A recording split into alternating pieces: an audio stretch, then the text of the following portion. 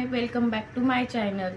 पूनम ब्लॉग्समध्ये तुमचं स्वागत आहे. तर आजचा मोठा ब्लॉग हा खूप छान होणार आहे, कारण अंशूला आता सुट्ट्या लागल्या आहे. त्याच्यामुळे आम्ही जाणार आहे त्याच्या मामाच्या घरी, म्हणजे माझ्या आईवडिलांच्या घरी. तर पूर्ण आजचे ट्रॅव्हलिंगचा व्हिडिओ आणि आज आम्ही माहेरी जाऊन काय काय केले ह्या सगळ्या गोष्टी मी तुमच्यासोबत शेअर करणार आहे. कुठे जायचं पिल्लू आपल्याला?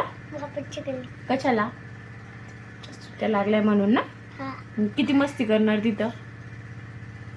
खूप सारी ना. तर आता व्हिडिओ आपण सुरुवात. तर माझं सगळं इथं आवरलं होतं. तर मी माऊला देखील रोल वगैरे घालून तिची हेअरस्टाईल करायला घेतली. माहीत नाही की आता ही हेअरस्टाईल किती वेळ राहणार, पण मला आवडतं तिची अशी हेअरस्टाईल करायला, त्यामुळे मी तिची हेअरस्टाईल करून घेतली.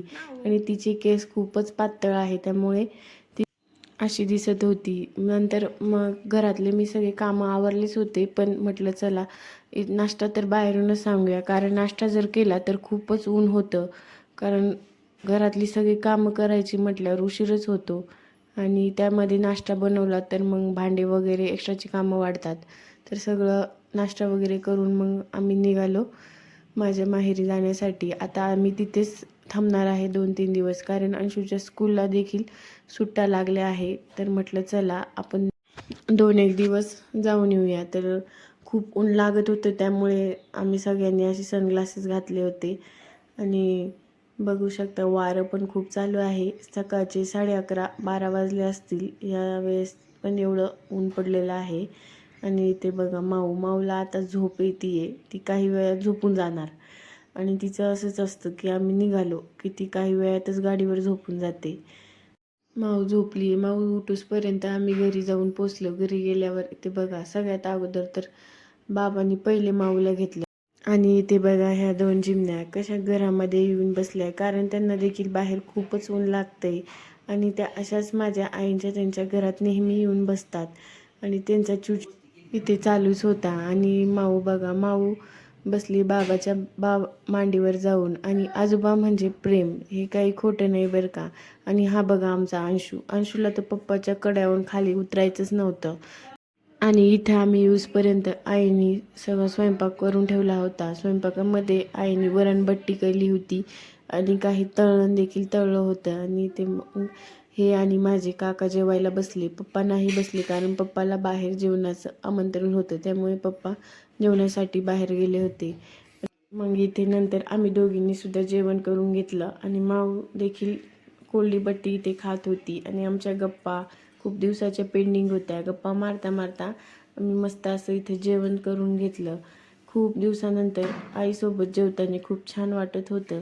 मला काही भाव नाही, पण हा मला खूपच जास्त जीव लावतो. आणि माझ्या मुलांना देखील त्यांनी कधीच आम्हाला भावाची कमी भासू दिली नाही. आणि ते आहेत माझे काका. आणि माऊ बघा त्यांना कशी आवाज देते. त्यानंतर इथे बघा तुम्ही की आजी डाळ निसते, तर माऊचं असं काही इथे मध्ये मध्ये करायचं काम चालू आहे. ती काही आजीला डाळ निसू देत नव्हती.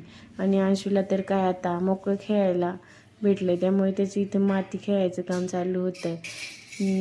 आजी इथे डाळ निसत होती. आणि इथे बघा समोरच रस्ता देखील आहे माझ्या मम्मी त्यांच्या घराचा. आणि यांना ड्युटी असल्यामुळे ते संध्याकाळी 4 वाजता इथून निघाले, कारण ऊन देखील होतं. आणि त्यांनी स्कूटी चार्जिंगला लावली होती, त्यामुळे ते इथे 4 वाजता निघाले आणि डायरेक्ट आता ड्युटीला जाणार होते. आणि ते बाबांनी कोण आणले होते माऊसाठी. माऊचं तेच खायचं काम चालू होतं. नंतर बाबा म्हटले चला आपण एक फेरफटका मारून येऊया. मग काय, माऊ आणि अंशू तर तयारच राहतात फिरण्यासाठी.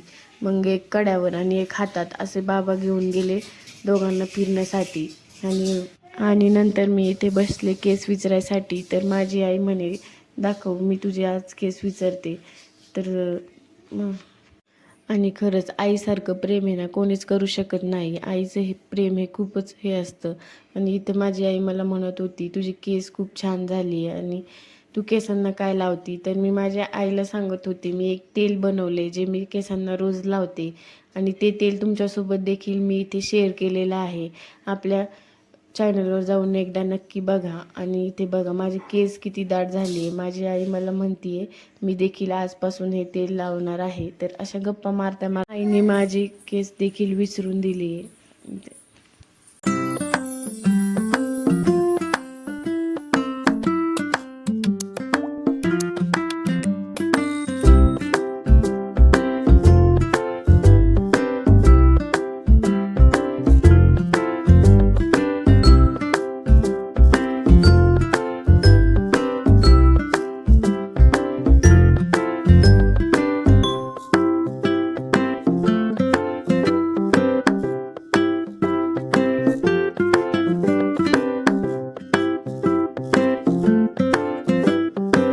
त्यानंतर आम्ही इथे तयार होऊन मला माझ्या काकूने बोलवलं होतं. त्यासाठीच तिच्या घरी चाललो होतो. कारण मी आल्यावरती मला कायम बोलवते आणि तिचं घर थोडंसं लांब असल्यामुळे आम्ही थोडं पायीच निघालो. लांब म्हणजे जास्त लांब नाही, थोडंसंच लांब आहे. तर तिथे गेल्यावर माऊ आणि अंशू देखील तिथंच होते. बाबा त्यांना घेऊन तिथंच खेळत होते. मग काय तिथं चहा वगैरे घेतली आणि माऊचं बघा इथे खेळायचं काम चालू होतं वाळूवरती. आणि हे माझ्या अशाच एका ब्लॉग सोबत उद्या. तोपर्यंत